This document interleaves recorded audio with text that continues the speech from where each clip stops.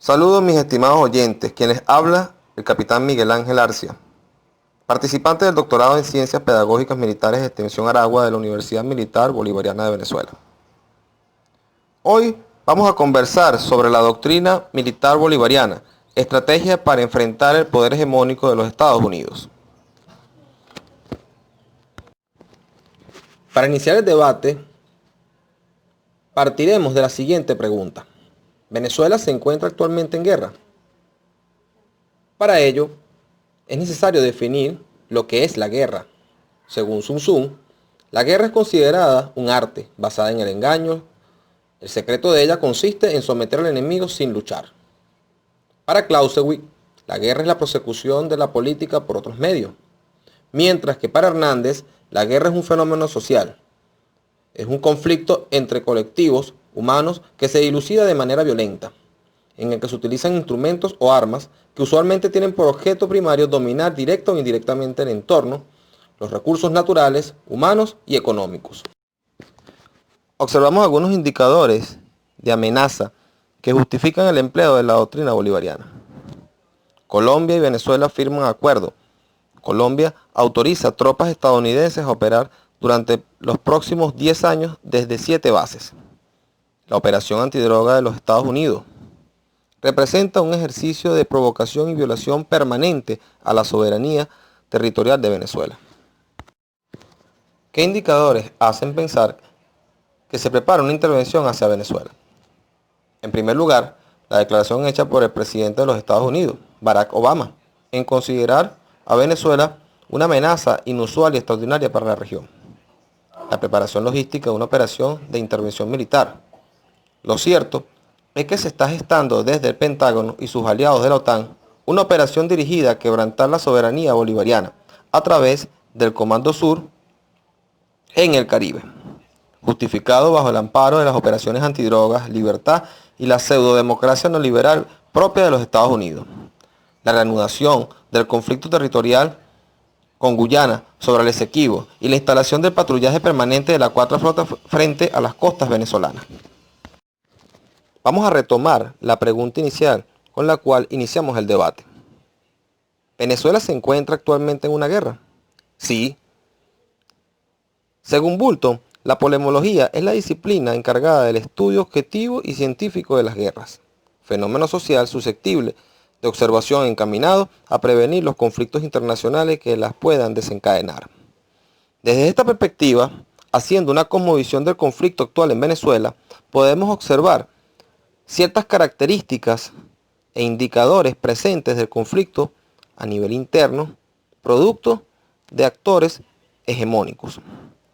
Dentro de ello está el desabastecimiento, el ataque y manipulación a la moneda nacional, el bloqueo de insumos, el sabotaje a las industrias energéticas como PDVSA y asimismo la principal central hidroeléctrica, el GURE, a través de un pulso electromagnético.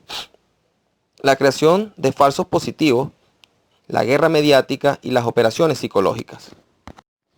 ¿Cuál es el tipo de guerra que actualmente combate Venezuela? Según Lin, realizó una periodificación histórica de la guerra, donde organizó y categorizó su evolución considerando las características propias que la definen como un fenómeno social, considerando sus instrumentos, armas, tácticas y empleadas. La guerra de primera generación se inicia con los conflictos bélicos que marcaron la modernidad, caracterizada por aquellas donde se emplea el poder de fuego. Los ejércitos están organizados en milicias. Muestra de ello son las guerras de independencia en América. La segunda generación de guerra son aquellos conflictos donde la confrontación está ligada al proceso de masificación e industrialización militar, aumentando el poder de fuego. Ejemplos concretos fueron la Primera y Segunda Guerra Mundial. La tercera generación de guerra es la guerra relámpago. Su nombre obedece a la velocidad del ataque, es producto del desarrollo tecnológico aplicado a la industria bélica. Sus objetivos están orientados a destruir el poder defensivo a través del uso de la aviación, así como la interrupción de las comunicaciones y el bloqueo logístico. Alemania usó esta táctica de manera exitosa contra Polonia, Dinamarca, Noruega, Bélgica y los Países Bajos. Otra modalidad de guerra es la guerra total, la cual consiste en el empleo máximo de los recursos de una nación en pro de alcanzar el triunfo del conflicto. La guerra limitada es aquella donde no todos los recursos son empleados para el conflicto. Seguidamente, la guerra civil es la confrontación de pueblo contra pueblo o los sectores de una nación. La guerra de guerrilla es una táctica militar donde los conflictos armados consisten en hostigar al enemigo en su propio terreno. Retomando la segunda pregunta, ¿cuál es el tipo de guerra que actualmente combate Venezuela? Asistimos a una modalidad de conflictos o de guerras que son las que actualmente están atacando al territorio nacional. Dentro de ellas podemos encontrar la guerra asimétrica. Es aquella donde existen desigualdades entre los países miembros del conflicto. La guerra electrónica son aquellas donde se emplea el uso del espectro electromagnético para la supresión, las defensas y ofensivas tanto de equipos y personas. La guerra psicológica está diseñada para generar desequilibrios sociales a través de las operaciones psicológicas. La ciberguerra consiste en el empleo de las redes para la obtención de información, así como el sabotaje mediático, con la intención de manipular o generar falsos positivos en la sociedad. Las guerras químicas, biológicas o bacteriológicas son aquellas destinadas al empleo de armas o sustancias químicas, así como patógenos, gérmenes y enfermedades. La guerra económica está orientada al ataque sistemático del aparato económico de un país a través del boicot, el bloqueo, el sabotaje. La guerra exterminio está diseñada para la destrucción masiva de una población o región, y la guerra civil está en la confrontación entre los habitantes de una misma nación. Pero nos ocupan es la guerra asimétrica, la guerra electrónica, lo que son las operaciones psicológicas, la ciberguerra y la guerra económica. Englobadas todas estas en lo que es la guerra de cuarta generación o un conflicto multidimensional de amplio espectro, definido por el profesor Carlos Lanz. La expresión concreta de la doctrina bolivariana defensiva es la guerra popular prolongada, entendido como una estrategia creada por Mao Zedong, retomada por el comandante Chávez a partir de la revolución bolivariana.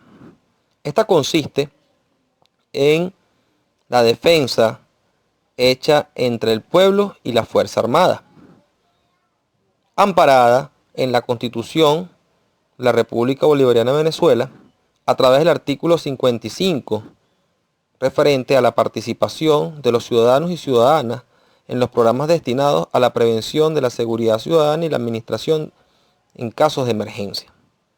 Asimismo, en el artículo 322, referente a la seguridad, es competencia esencial a la responsabilidad del Estado fundamentada en el desarrollo integral de esta, y su defensa es responsabilidad de los venezolanos.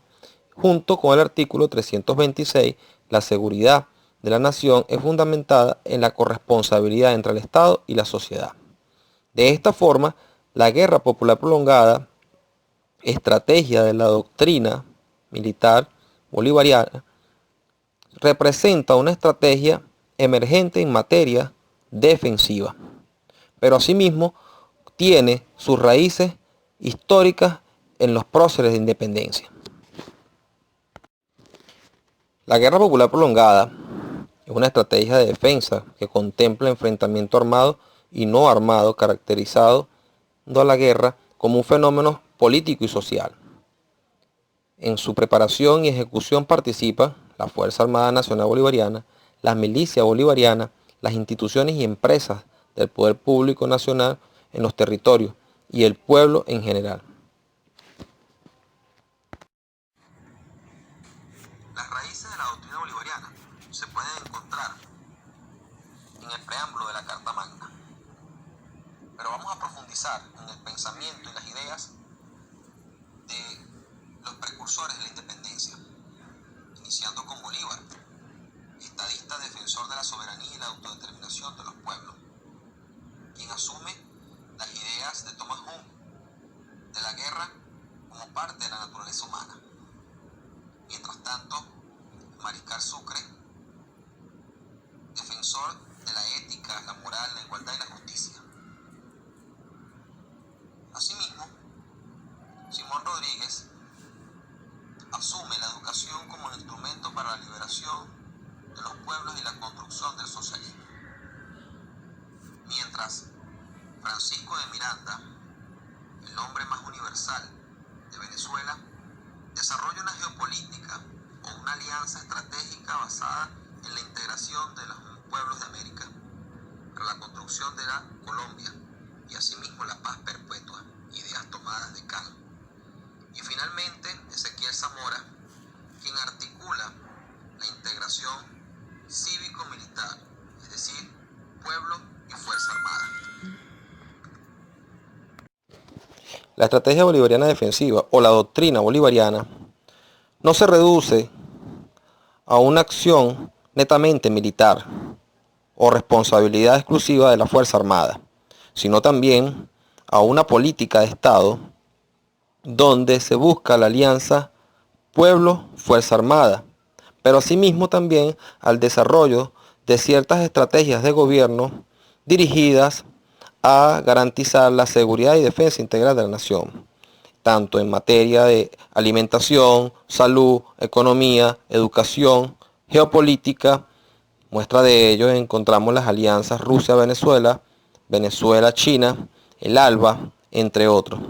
Cada una de estas estrategias o políticas de Estado están dirigidas a garantizar y a preservar la independencia nacional de Venezuela.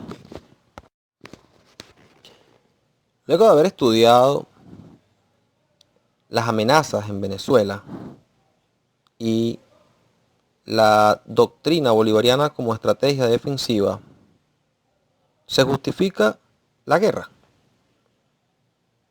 Es la tercera hipótesis de desarrollo del trabajo.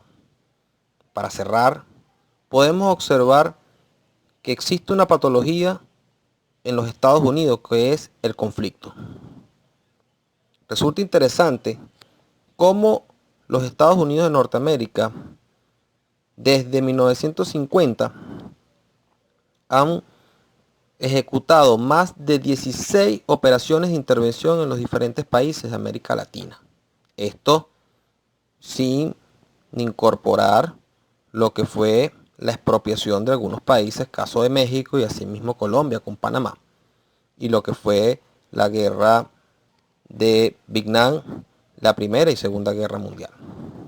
Pero podemos apreciar claramente los objetivos e intenciones de esta nación, como lo es la expropiación y el empoderamiento económico en función de la explotación de los pueblos más débiles del continente. Hemos estudiado la guerra como un instrumento de destrucción, expropiación. Es la destrucción del hombre por el hombre. Pero volvemos a la última hipótesis, ¿se justifica la guerra? Santo Tomás de Aquino afirma que la justicia determina la moralidad de las acciones de un Estado.